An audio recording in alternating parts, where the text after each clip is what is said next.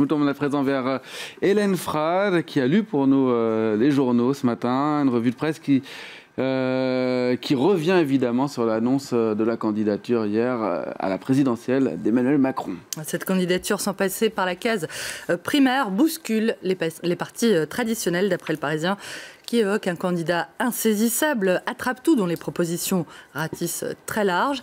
À gauche, la possibilité pour les employés qui démissionnent de toucher l'assurance chômage. À droite, celle de travailler plus de 35 heures pour les jeunes. Et au centre, la limitation du cumul des mandats, notamment.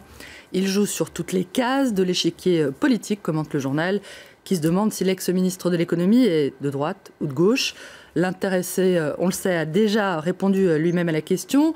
Ni l'un ni l'autre, ou les deux à la fois, c'est selon ce qui risque de lui valoir quelques ennemis d'un côté comme de l'autre.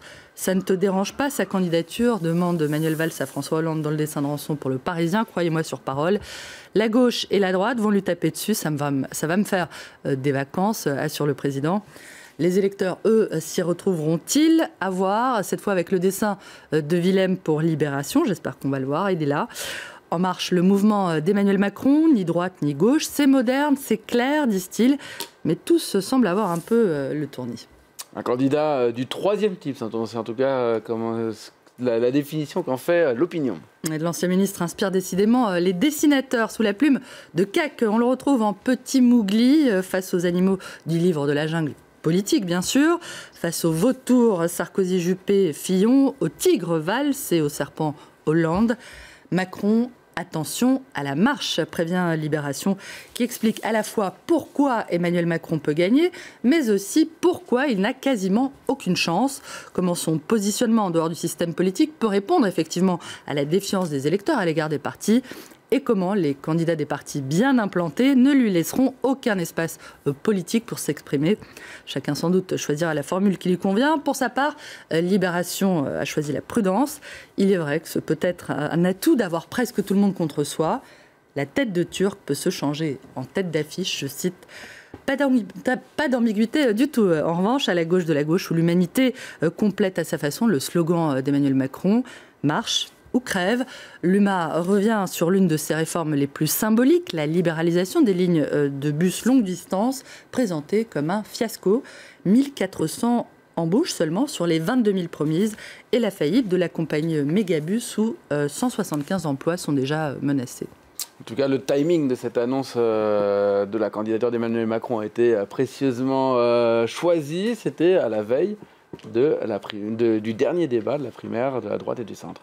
Cette mauvaise manière n'a pas échappé au Figaro qui étrille l'ancien ministre, faisant mine de se demander si l'élégante artiste de la politique ne cache pas en réalité un redoutable opportuniste, s'il ne profite pas de son verbe facile et de son aura médiatique pour tenter une étonnante supercherie électorale. Supercherie qui consisterait à faire croire aux Français que la meilleure façon de se débarrasser de François Hollande serait de voter pour celui qui a si longtemps guidé les choix du chef de l'État. À 3 jours du premier tour, le Figaro préfère donner la parole aux 3 favoris de la primaire, Alain Juppé, Nicolas Sarkozy et François Fillon. 3 entretiens pour convaincre, résumés chacun en une ligne. La réforme efficace, c'est l'antidote au populisme, selon Juppé. Avec moi, personne n'imposera quoi que ce soit à la France, promet Sarkozy. Je veux vraiment réformer la France et la diriger avec dignité, dit François Fillon. Oui, on reste en politique avec le Front National. Marine Le Pen a inauguré hier également son local de campagne. La candidate du FN qui prétend incarner une révolution populaire a installé son QG dans la rue de l'Élysée, à un jet de pierre du palais présidentiel, dévoilé son nouveau logo, une rose bleue, rose comme l'emblème du PS et bleu comme la couleur de la droite évidemment, et son slogan de campagne, au nom du peuple. Inattendu, transgressif, élégant, résume un de ses proches dans l'opinion, qui raconte comment Marine Le Pen a accueilli la nouvelle de la candidature Macron à peu près au même moment, affichant son indifférence. Ce qui est sûr, c'est qu'il ne nous volera pas d'électeurs, je la cite.